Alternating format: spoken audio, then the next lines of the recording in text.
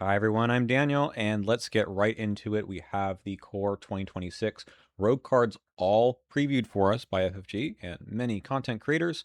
Let's talk about what we got. First thing to talk about is going to be Trish Scarborough. This is our Rogue Investigator. We had seen her front side back in December-ish, I think, or maybe before that, based on an inadvertent spoiler, I suppose, from FFG itself.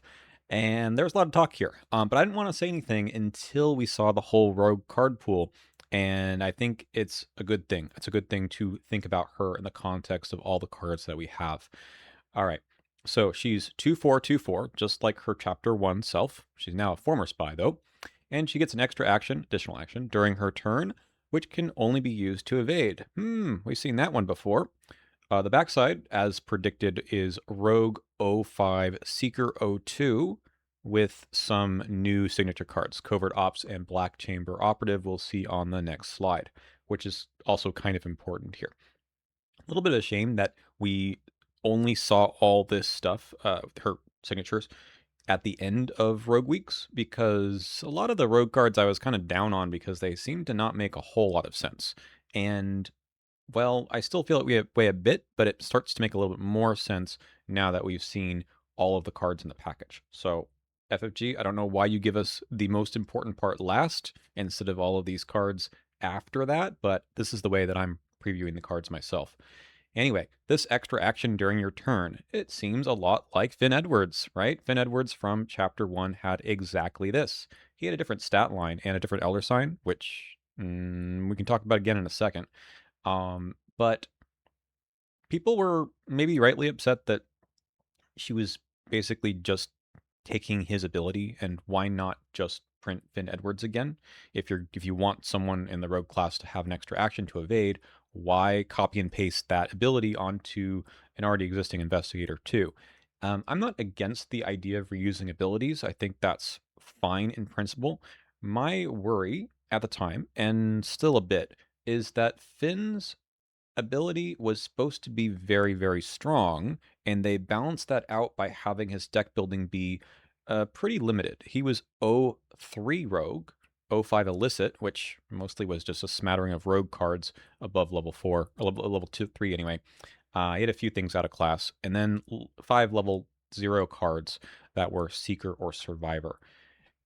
Rogue 05 Seeker 02 is extremely good, at least from the Chapter 1 perspective. I think Trish Scarborough and her old ability was busted good too, was extremely strong because everything was going for her. She had a great stat line, good health and sanity, good deck building, which let her basically get to anything she wanted whenever she wanted it.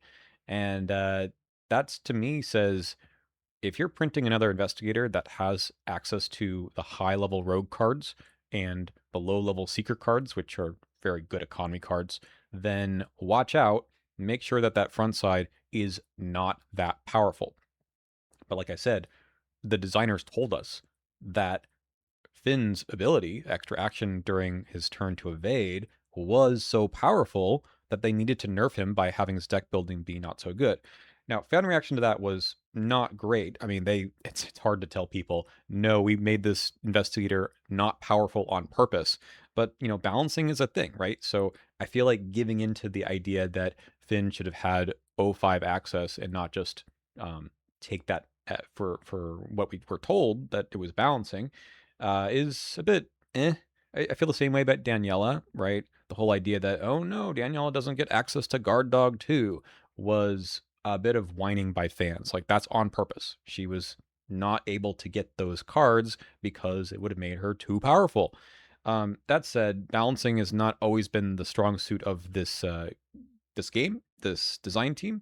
So maybe they've also just changed their idea about what the payoffs are for evading.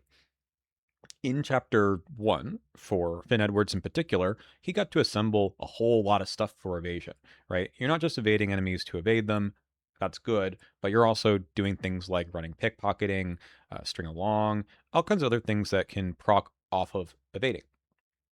For Trish, let's see if we have all of those cards, those payoffs, in order to make some determination about whether or not this is going to be too good. So let's do that right now. So first off, she does get a signature card, Covert Ops, with a subtitle In the Shadows, which was the name of her old SIG card. That is going to be kind of like old pickpocketing, right? After you evade an enemy, exhaust Covert Ops, either draw a card or move to a connecting location. That also sounds a lot like Rita Young's ability. So this is good. Not great. It's not fast. It costs you 2 resources. You got to find this thing. It is illicit, which is fun to see that it's back. Um, but is this going to be something that is going to be a good payoff for evading over and over? There's going to be more cards, and we've talked about this signature weakness first, too. All right, Black Chamber Operative, a 4/2/4. That is a very tough to fight and evade weakness. Humanoid coterie, lots of coterie stuff in Trish's new story. Hunter, Prey, Trish Scarborough only. By the way, new placement and templating for Prey. Interesting. Forced after you evade Black Chamber operatives. Place one of your clues on your location. If you cannot, this enemy readies, engages you, and makes immediate attack. There is nowhere to run, Miss Scarborough. We've got 1 damage, 1 horror, and some pretty cool art. I really like that art for an enemy. All right, this forced effect is mean. So any kind of evasion is going to force you to place a clue down, or the evasion just doesn't happen. You get attacked instead. That's bad. That's really bad. How do you deal with this as Trish? Well, you can drop a clue, and that's fine. But it's even just tough to evade. For evade for an enemy, you need some boosts, and we have some boosts in the set, so it's not possible. But losing a clue is not great. But here's the thing: evading an enemy is not going to solve the problem for long. This guy will ready at some point. Has Hunter, comes after Trish. This guy needs to be dealt with, like permanently. And whether that is a friend, maybe Daniela Reyes or something, who can actually just attack this guy and deal with it, or it's going to be Trish running some damage. I don't think you can evade this guy. It may solve the problem for now, but I don't know. Placing a clue, that's not so good either, right? Probably need to go back and get your clue at some point. And I suppose if you're not moving away after this, you could get the clue back before you leave. It's just more actions that, again, I guess you have the extra action to evade, so it's not horrible, but we're going to see a card that kind of plays funny with this too in a second. I think it's tough. It's a good design. I like it a lot. And in solo, it seems really tough. So we'll see. But I like considering that I said that Trish is probably really good, and especially as the card pool expands and we get even better cards in Seeker and in Rogue, because we have nothing past level 3 in Rogue, which is really weird. Um, we're gonna have to have some sort of stopgap for that power level that she's gonna get. Let's look at other cards. First, I'm gonna look at something that seems maybe good for that Black Chamber Ops. Um, Out of sight, we've got a level 0 and a level 3 version. So the level 0 one has an agility icon, max 1 committed per skill test. If this test is successful by 2 or more, the performing investigator may disengage from each enemy and move to a revealed connecting location. So there's this whole disengage thing and move that seems to be part of Trish's kit, like a lot. So before I talk about this card in particular, remember back at her Elder Sign? No, because we didn't actually say it out loud, but here it is. Elder Sign effect 0. After this test resolves, you may disengage from each enemy and move to a connecting location. So remember, this test doesn't have to be an evasion test, and neither does out of sight. So let's go back to that. Let's pretend you're engaged with the Black Chamber operative, and you have an agility test for some reason. Probably on the Thieves kit that we'll see in a bit. Could be on, you have to take a tap for that, but could be on a treachery, right? If you're able to succeed by 2 or more, then you can get out of town. It does say revealed connecting location, though, and so does the upgraded one, which means that we're talking about backtracking and not going forwards, which generally we want to do in this game more. So while our Elder Sign doesn't have that restriction, the out of sight card has it. So that's a little bit tough. Now, if you don't succeed by 2 or more, this is sort of bad, right? Succeeding by 2 or more is a core component of what rogues do, but Mm, this is a lot of eggs to put into a basket, I think. So I don't find this card to be extremely exciting. Opportunist from the old core set was also like not good at all. But this feels like it's trying to do something that is not great at all to do. It's okay, but also you don't know if it's going to happen. If you're using this to get away from enemies and it doesn't happen, uh-oh, what do you do next? Plus, other than the Black Chamber Operative, which is why I wish that guy had been previewed earlier, this card just is odd, right? Like, aren't you just going to evade the enemy anyway? Why do we need this extra disengage effect? So I guess there's other enemies you might be engaged with, although that's hardly a good idea. And then you get to move away, so there's a free move here. It feels like Nimble, but not so good. And maybe Nimble was too good. I don't agree with that, but this is clearly a much worse version of Nimble, especially since you have to succeed by 2 to get anything. The level 3 version is better in the sense that it is 3 icons, and you only have to succeed by 1, and then you get to move to a revealed location up to 2 connections away. You just move directly there. You don't need to pass through a location on your way. That's interesting. Kind of expensive for a level 3 effect here.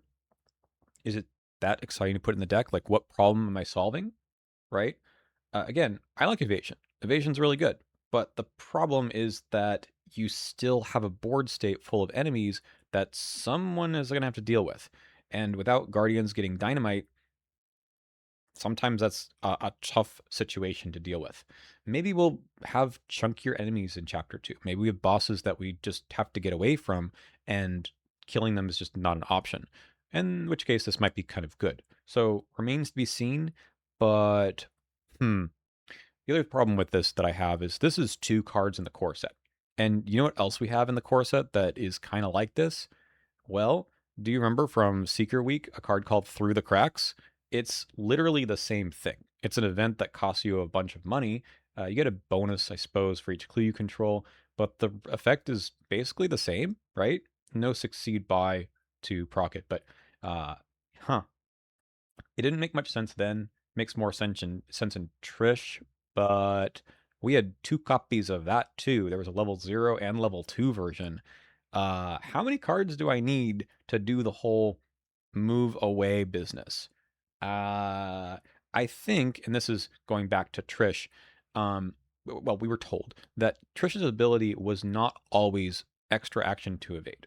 They tried some other things, and I think they said that some of it made its way onto her signature card. Let's look at that again, just because.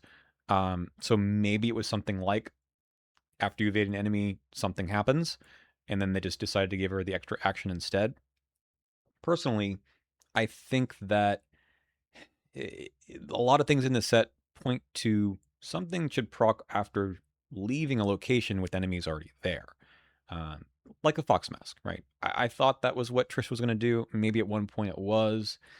Again, I'm okay with in the core set things being simple, but I kind of feel like there's a lot of arrows pointing to something that I'm not totally sure is gelling together for me right now. Maybe it will make more sense together, but as a core set, this feels maybe too Trish coded. Anyway, let's keep going. So we've seen the skills, through cracks again, and let's see, we have another payoff for evasion. This is Sticky Fingers. Once again, a level 0 and a level 2 card in the same set. This is pickpocketing, but different. This one costs only 1. Pickpocketing costs 2. The upgrade is fast, just like pickpocketing was. But the difference is that the payoff is only gain 1 resource. You only have 1 in play. You can't stack these up like you did pickpocketing, which is probably a good thing in terms of balance of the game. Power level, no, pickpocketing, 2 of those in play, the fast one, really, really good. This is much less good. Although this costing 1 makes it easier to get into play. The fast for 2 resources, or for 2 XP, is all right. I mean, we've seen it before with Fire Axe. It's not terribly exciting, but at least you get the extra icon. Since you can't put the second one into play, you can just commit it. So gain a resource. So now Trish can get extra action to get a resource, potentially get a card or move. So she'll got some good economy here to churn through her deck for what, right? It feels like everything we've seen so far is just, hey, there's an enemy here. I can evade it. I can draw more things out of my deck, and what, right? In I think chapter 1 with pickpocketing, those things were really good because they got you through the deck faster to some higher impact cards. And I don't think we've seen that so far yet in Rogue, although I would say we probably have in the secret cards, like finding your fingerprint kit level 0 and being able to afford it, put it down, get some extra clues, go a little bit faster in the game. I think that is pretty good. So the economy here is not bad. It's just like, what are we getting to? Um, I'm fine with this card. I think it's good design. It feels worse than, of course, the string along pickpocketing business, but it's meant to, right? We have other ways of getting cards. You will see in a second something for that. Lucky cigarette case. I'll talk about that one first. So again, succeeding by 2 or more is a typical payoff for Rogue. So not surprised to see that come back. This card was always good. It's our only accessory slot that we've seen so far, which is weird. Only charm we've seen so far for that collector card. But it's just a standard card. I feel like for rogues who are succeeding by 2, and we don't have the easy ways of doing that like we did with lockpicks before yet, but I imagine that stuff will come. Even just drawing cards and committing more skills, I think will get you there. So another reprint, Breaking and Entering, which is kind of funny with the old Black Chamber Operative. So remember, that guy says after you evade him, which can include an automatic evade, you have to drop a clue. So this can let you get the clue that you need to drop in order to evade him without him, re-rendering again. So that's actually a pretty decent trick, haha, for dealing with that guy. Again, it's just putting it off though, right? I think this is interesting. Remember that breaking and entering is an automatic evade, so it won't help the sticky fingers, which I believe is only on successful evades, which are skill tests that are evasion skill tests. Breaking and entering is an investigate skill test. Good for Trish, obviously. You get already a base of 8.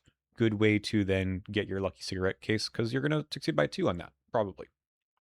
Let's move on since we've seen these cards in the past before. New flavor text for both of them, by the way.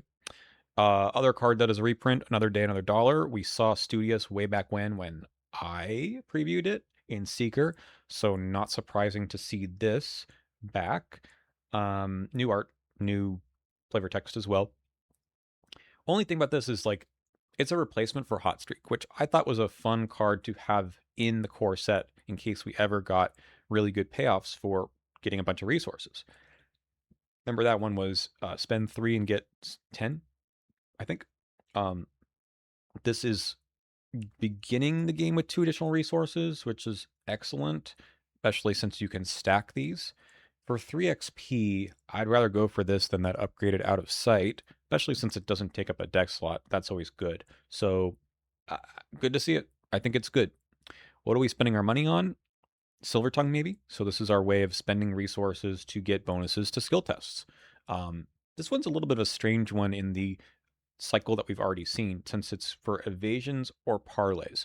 The other ones we saw so far were scenario cards, which was broadly applicable, investigates or parlays, and evasions or fights. So this is a little bit harder. So what's an intellect test that's an evasion? I mean, transmogrify, I think, can do that, but you could just use regular old agility. Parlays, there's a few of those, but most parlays are actually willpower, at least in chapter 1. The parlays that are agility are, well, like Grift. There might be a few other ones from the Hemlock Vale set that Alessandro came out in. I think this is nice. It's a good rate. So maybe you stack up your resources for passing tests this way. Probably need to see some more parlays, though. We haven't seen any so far in the set. Olivier Bishop, this is one that we saw a long time ago. Expensive ally, gives you +1 agility, really good. And then during your turn, exhaust him to move to a connecting location. Once again, we have movement in the rogue class. I guess we're moving all over the map and doing it very quickly to get away from our Black Chamber Operative. Maybe that's the way. This guy's really good. I've been trying him out a bit, and I mean, everyone's a little bit worried about him. Is he like Dr. Milan in terms of being like day one taboo worthy? I don't think so. He's just going to be very, very good. The trouble, of course, in a in a core set is how do you print something that is better? Something kind of elegant about Leo DeLuca, while he was quite expensive and quite strong, the fact that he did something generically for quite a high cost meant that you could print things that were better than him but more niche. This guy, well, who doesn't want to move, right? It's so funny that his move is to a connecting location that can be unrevealed, whereas all those other effects we saw before, minus Trish's Elder Sign, I think, were only to revealed connecting locations. So that's weird that this guy doesn't have the restriction. I feel like he could use it just because the ability is so nutty, but at the same time, maybe you wouldn't use it, wouldn't have any places to go that were already revealed. You switch up your play pattern a bit, make someone else go instead. So the +1 agility is notable too, because we never in chapter 1 had a level 0 ally that gave you a boost to your basically your best stat as a rogue for most rogues. Speaking of, you can also use your best stat for Thieves Kit. Reprint from Scarlet Keys. I like the retemplating here, so you can investigate using intellect or agility. Always true before, but pretty explicit here. If you succeed to get a resource. So I think we're going to have a lot of resources. I think that's going to be something you can use on your Seeker cards too. Not too worried about that in Trish. Um, this is good to have the choice because maybe you have a deduction you want to commit. Maybe you've got a magnifying glass you want to commit. Maybe you don't have Olivier in play yet, but maybe you do. And then suddenly you want to commit those icons that are agility icons. So having a choice between the two is always a nice part of this card. And I think Trish being exactly 4/4 on on her front side is a good place for Thieves Kit. So some questions about whether or not it's good to have agility be just used for everything. Remember, this is just on an asset you still need to find and play. You still probably need to have some intellect boosts in Trish. Now, the fighting part. How can rogues fight? In the core set, we've got two options. We'll talk about the hammerless first since it follows the Thieves Kit pattern. 4 ammo, spend an ammo to fight using agility. If the targeted enemy is exhausted, +1 damage. Okay, so Mr. Black Chamber Operatives needs to go down from this thing. But you need to evade him first. Got to drop the clue in order to be able to evade him, to exhaust him. And then you got to fight with this 4-on-4. You need to save back a few of your skill cards to pass that test. At least you only do it once, because he's only got 2 health. Your other option is going to be this decisive strike once you've spent some XP. 2 cost, level 2 card. Now you're fighting using regular old combat. You get +2 and deal +1 damage to the attack. If this attack defeats an enemy, gain 5 resources. This is a pretty solid card. I like it in the core set. Is it for Trish? Is it for Dexter? Neither of them have more than 2 combat base, but maybe you can make things happen. Maybe you can commit some stuff and pass that test. Or just don't take it in those investigators, and then later on when we get more rogues, then you can play this. I mean, think about Leo Anderson or something from chapter 1. He would love this card. It's stapling emergency cash onto a 2 damage card. It's a pretty good, solid card. Like, it's fair. Sucks if you don't pass the test, or don't defeat the enemy, but I think this is a nice way of some card economy. In other words, having 2 things happen in 1 card means that it frees you up to have other things in the deck. Good card. I like the design here a lot. It's also worth saying here that I think almost all of these cards we've seen would have been really good for original skids. Oh man, that rogue core set of cards was really rough. Like, really rough. It wasn't particularly coherent. It had a lot of duds. I mean, he couldn't really make use of that switchblade. But a lot of stuff here actually makes a lot of sense for what skids could have done. Anyway, that said, so my comment earlier about this all being Trish coded, maybe not totally true, but we have to see more rogues. I do feel like there's a bit more repeats of the types of abilities here and not a whole breadth of things that we could see that a class needs to do. All right, we're not done with the cards though. We've got a couple more. One of them is Paint the Town Red. Zero cost event, level 0. Fortune Gambit, a parley. Search the top 9 cards of the encounter deck for a non-elite enemy, draw it, gain resources equal to that enemy's printed health, and shuffle the encounter deck. Why? Why do you need this? Okay, maybe you pull a 3 health enemy. Let's say you're Trish. You get 3 resources for this, but you spend an action, so that's the same as emergency cash. You must really want that enemy. And maybe that's okay. You can do an evasion because you have an extra action for that.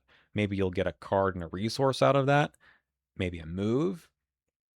But also, now there's an enemy on the board. How are you going to deal with that? Just moving away from it is probably not good enough. 3 resources, I don't know. 4? Okay, you get some burst economy here. Maybe we can now put down our fingerprint kit and go a little bit faster, and someone else can deal with that enemy, I suppose. 5 resources, all right, that sounds pretty good. But still, you're paying a hefty price. Similar cards in Chapter 1 were Where's the Party from Drowned City and Kicking the Hornet's Nest from Scarlet Keys. And those cards did the same thing, but they actually didn't. They gave you a bigger benefit.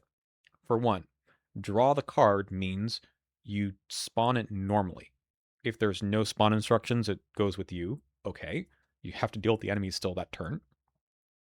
If it is a enemy that spawns somewhere else, right, then it goes somewhere else. It might be an enemy that collects doom that goes to, I don't know, a location 1 or 2 away, and now you gotta go solve that problem. That's Where's the Party and Kicking the Hornet's Nest? What those cards did was spawn to engage with you, letting you bypass, spawn instructions that were enemies far away or enemies that were aloof. Really nice tech card for scenarios that cared about that. But that's not all. Kicking the Hornet's Nest got you a clue, and Where's the Party drew you cards as well as spawned the enemy exhausted. Those cards were worth it, I think. Not crazy great, in my opinion. I think the designers think differently. They think that effect is too good. But there had to be a reason to want the enemy around too. You didn't just throw that in for the free clue or the cards. You were doing something with that enemy. And clearly that's part of the rogue color pie. And I don't think we're seeing what you do with the enemies beyond, I guess you evade them and then they're still around. What we're missing here, well, beyond just like something for this particular card as a payoff, we're missing stuff that maybe gets clues from adjacent locations, parlays that let you talk to enemies that are around that get you clues for, less effort. Um, Something like sneak attack that deals damage to exhausted enemies. There's a lot of stuff that's kind of missing here. We might get it. If you're playing Legacy, you can find it no problem. But this card feels like it's an enabler to something that we don't have a good payoff for. Again, I like evasion. I just don't think Trish's evasion package is doing much. It feels like it's spinning the wheels more than actually getting ahead of the game. All right, last card. And this is actually kind of surprising. If you haven't noticed by now, in the core set, there aren't that many cards. I believe there's only, 14, something like that, that we're seeing here. And the reason why is that the revised core had more cards. They had 2 more cards that were XP cards per class. So in the rogues, we got lockpicks level 1, and the upgraded Derringer, 41 Derringer level 2. Guardians got the first aid card, and then the I've had worse level 4. I mean, there were some strange choices there, but we had more cards to try to fill out what might a class need in the future. So our last card here is Prestidigitation. Prestidigitation, a long word. They might have come up with something that was shorter to make my life easier, but they didn't. This is a fast trick. Cost you 1. Play only during your turn. Play an item asset from your hand, reducing its cost by 2. So essentially reducing it by 1 since you pay 1 to play the card. When your turn ends, return an item asset you control to your hand. It could be the one you just played, or it could be something different. This seems quite strong. It reminds me of Sleight of Hand, which was a card that got tabooed several times because it let you put in an item for free. Actually, didn't even play it, it put it into play. This one is maybe less abusable in that sense because you still have to pay quite a few resources. And then when you return something to your hand and you want to put it down again, you have to pay resources again. That said, I don't know why they didn't just try this at 0 to 3. And well, there's really nothing out there that costs more as far as we know yet. But it kind of boxes them in that they can't print things with uses.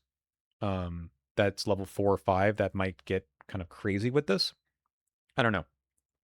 At least the one that you return, because the idea is you return an empty gun, thieves kit, fingerprint kit, and then you get to play it again. Probably a Dexter card. Like, we don't know what he does yet, but he's got something to do with playing assets. So probably this does something interesting for him. I mean, the flavor text really shows you magician. Uh, but yeah, like with a full card pool, I think you could do some crazy things here. It's so funny to look at these two cards that are both level 0, and one is like, eh? And the other one is, wow, okay, you can do some really good things here. And that's the tough part about balancing a card game, is that you don't want every card to be exactly the same in terms of power level.